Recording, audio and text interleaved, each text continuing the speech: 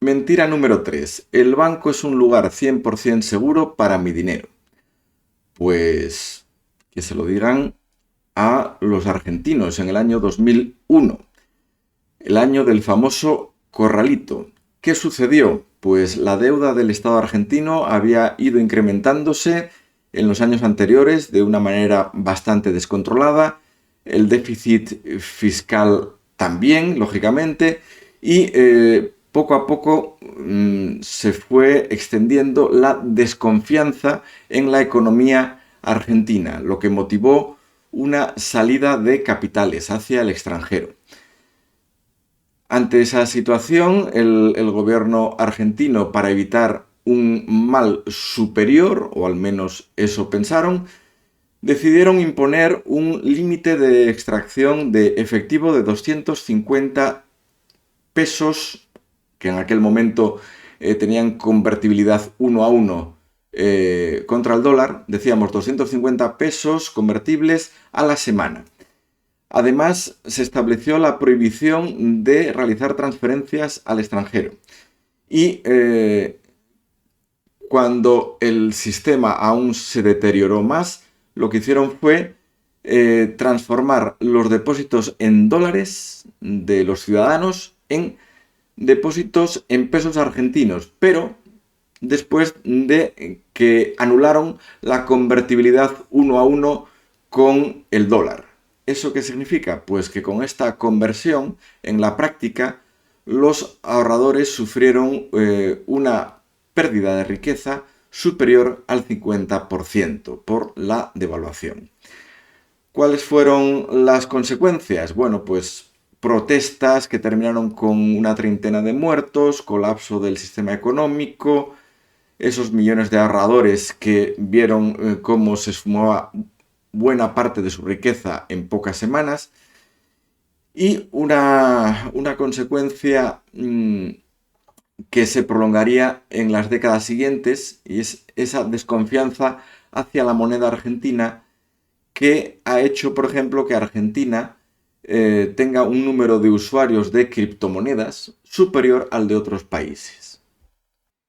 O recordemos el caso de Chipre del año 2013, en mitad de la llamada crisis bancaria. Los bancos chipriotas tenían mucha deuda griega, que en aquel entonces había disparado su prima de riesgo, es decir, la rentabilidad exigida al bono griego.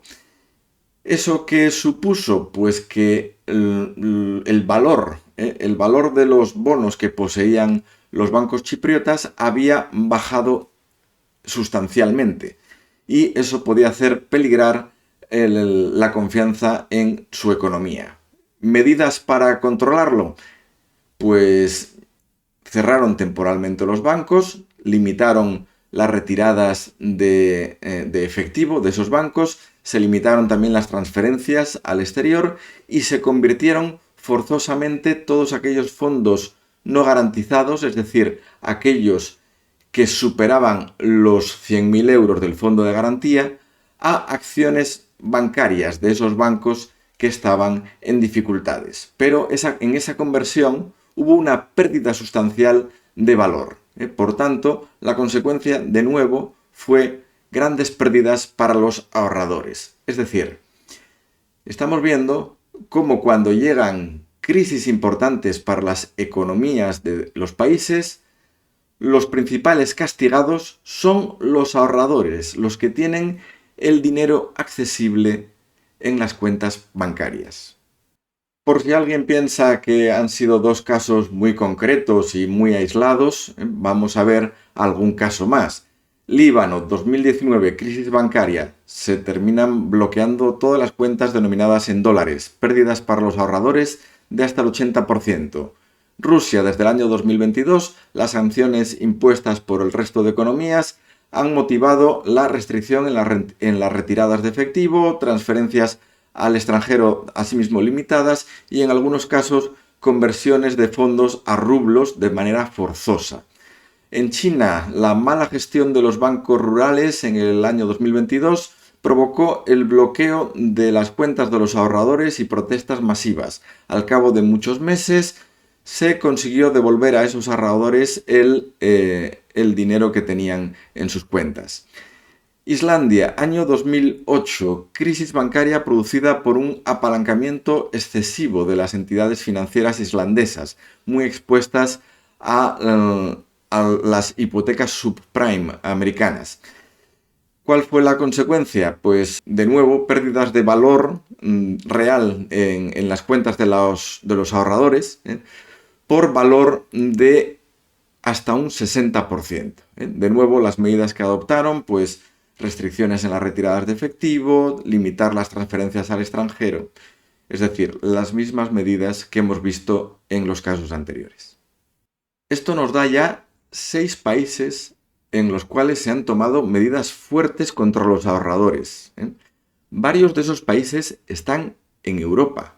Es decir, que nadie piense, es que me estás contando cosas que pasan en zonas que digamos que no están tan avanzadas económicamente. No, está pasando en países de toda índole. Es cierto que no pasa todos los días, pero cada X años esto sucede. Y no puedes pensar que por estar en la Unión Europea eso no te va a pasar a ti. Puede pasar.